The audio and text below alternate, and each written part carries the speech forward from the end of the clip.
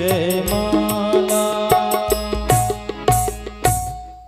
बोले राघवेंद्र सरकार की जय। इतना सुंदर अद्भुत दृश्य, देवताओं ने पुष्पों की वृष्टि करी। जनक महाराज ने सुंदर जोड़ी को देखा, प्रणाम किया है। जनक महाराज की अपनी पुत्री उर्मिला, विचार विनिमय किया गया है गुरुदेव से। अवधपुरी को सूचना भेजी गई, दशरथ महाराज बारात लेकर के आ रहे हैं। साथ में भरतलाल जी हैं, शत्रुघ्न जी हैं। अब ये पहली बारात ऐसी बारात थी, महाराज के दूल्हा पहले पहुंच गया, बारात पीछे आ रही है। श्री जानकी का विवाह परातु परम राम जी के साथ में हुआ, उर्मिला का विवाह लखन लाल जी के साथ में हुआ, और मांडवी जी का विवाह भरतलाल जी के साथ में हुआ। श्रुत कीर्ति का विवाह शत्रुघ्न जी के साथ में हुआ। जनकपुरी में आज बहुत आनंद मनाया जा रहा है, सब मंगल गीत गा रहे हैं। आज बारात को विदा किया है विवाह के उपरांत, अवध में आ जाते हैं। चारों भाइयों का विवाह हो गया एक साथ। अवध में खुशियां छाई हुई हैं। बंधुओं, कभी कभी ज्यादा खुशी को भी नजर लग जाता है।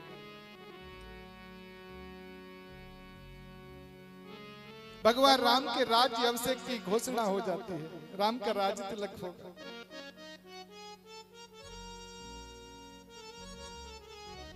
राम जी महलों में आते हैं।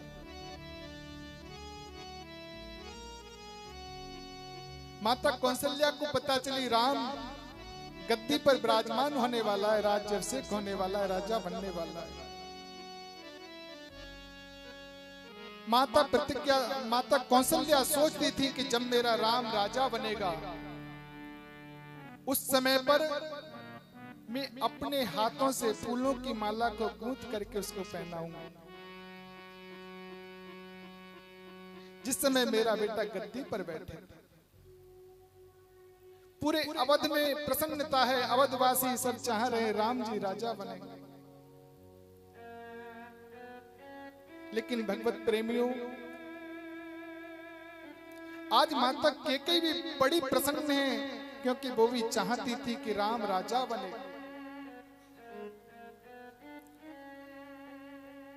मंत्रा सीधी आती है कैकेयी के महल में।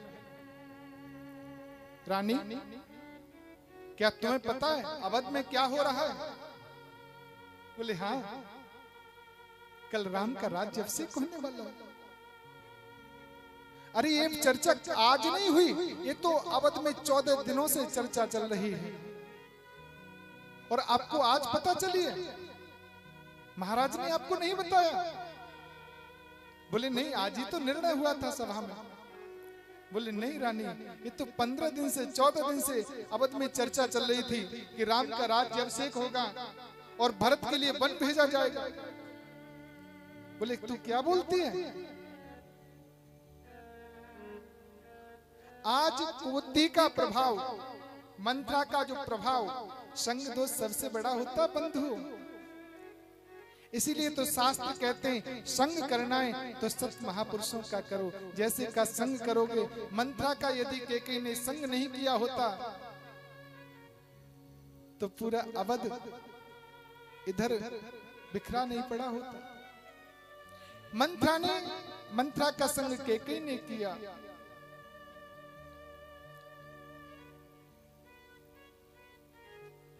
आज कैकेयी ने कहा, बोले नहीं ऐसा नहीं हो सकता। मंत्रा कहते हैं नहीं ऐसा ही है, राम तो राजा बनेगा और भरत बन जाएगा। बोले मैं तो कहती हूँ रानी, आप अपने दोनों वरदानों को मांग लो।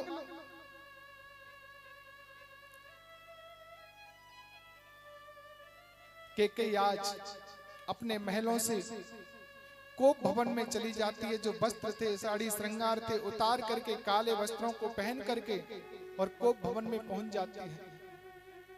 महाराज दशरथ आते हैं कैकेयी के महलों में। जैसे ही पहुंचे, कैकेयी नहीं दिखी, आवाज लगाई, नहीं देखी, तो समझ के कोप भवन में गई होगी। आज महाराज दशरथ कोप भवन में पहुंचते हैं, अंधेरे में कैकेयी बैठी हुई है, बाल बिखराए हुए हैं। दशरथ जी ने समझाया, देवी क्या बात है? बोले 15 दिन से अवध में चर्चा चल रही थी, राम का राज्य अभिषेक होगा और हमें कोई सूचना भी नहीं। बोले नहीं देवी, 15 दिन से कोई चर्चा नहीं थी, चर्चा केवल आज ही हुई थी। बोले मैं नहीं मानती इस बात के लिए। आज दशरथ जी कैकेयी को समझाते, कैकेयी ने कहा आप मुझे 2 वरदान दीजिए। पहला वरदान तो भरत को राजगद्दी मिले। दशरथ जी ने कहा ये तो बड़ी प्रसन्नता की बात है, राम तो कहता था मुझे राजा नहीं बनना, मुझे गद्दी पर नहीं बैठना। राम तो खुद चाहता, राम नहीं बैठेगा भरत को बिठा देंगे गद्दी पर। बोले दूसरा वरदान राम वनवास। इतना कहा दशरथ जी तो धड़ाम से ना जमीन पर गिर गए। बोले तेरी अकल तो ठीक है, तेरी बुद्धि तो ठीक है, तू क्या मांग रही है? तू होश में तो है? कैकेयी ने कहा महाराज मैं बिल्कुल होश में हूं, मेरी बुद्धि बिल्कुल ठीक है। ये आपने जो वचन दिए थे कि 2 वरदान, मैंने कहा था समय आने पर मांगूंगी, आज वो समय आ गया है। और आपके तो क्षत्रिय कुल की मर्यादा है, रघुकुल रीति सदा चली आई, प्राण जाए पर बचन न जाई। बंधु राम जी सबसे पहले महलों में जब जाते थे ना, तो माता कैकेयी के महलों में जाते थे। राम जी माता कैकेयी के महलों में जैसे ही पहुंचे, पिताजी जमीन पर पड़े हुए हैं, कैकेयी बैठी हुई है। राम जी ने कहा मां क्या बात है, पिताजी की तबीयत तो ठीक है? कहा बेटा पिताजी की तबीयत तो ठीक है, मैंने 2 वरदान मांगे थे वो मांग लिए हैं, तो इसलिए इस तरह से हो रहे हैं। बोले मां कौन से वरदान मांगे आपने? बोले पहला वरदान तो है कि भरत को राजगद्दी मिले, दूसरा वरदान यह है कि राम वन को जाए। राम जी ने कहा मां तो इसमें कौन सी वो बात है, मैं वन चला जाऊंगा। अब देखिए जिस बच्चे को गद्दी मिलने वाली हो, न तो उसको खुशी थी कि मैं राजा बनने वाला हूं, आज बन जाने का नंबर आ गया तो जब भी कोई दुख नहीं है। ऐसा है राम, धर्म के विग्रहवान है राम, न खुशी है न दुख है।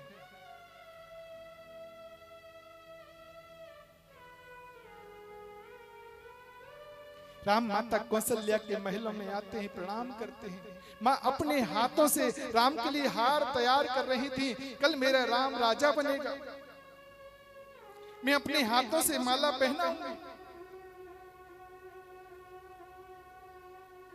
बोले राम मैं तेरे लिए माला बना रही थी, तेरा इंतजार कर रही थी, देख ये माला तुझे कैसी लगेगी? अब राम कैसे कहे मां? राम ने कहा मां पिताजी से 2 वरदान छोटी माता ने मांगे।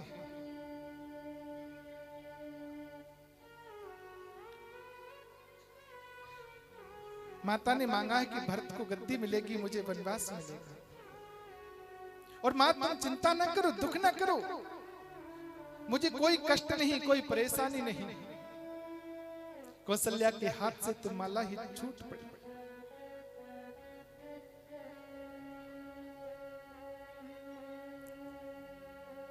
फिर मन में धैर्य धारण किया, मेरा राम तो कहता था कि भरत राजा बने। राम जी के जीवन में, राम के चरित्र में बंधुओं हर जगह उनका संतुलन है।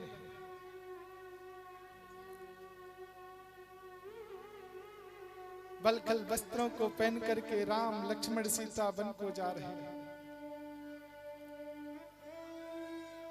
जब वन में पहुंचते हैं,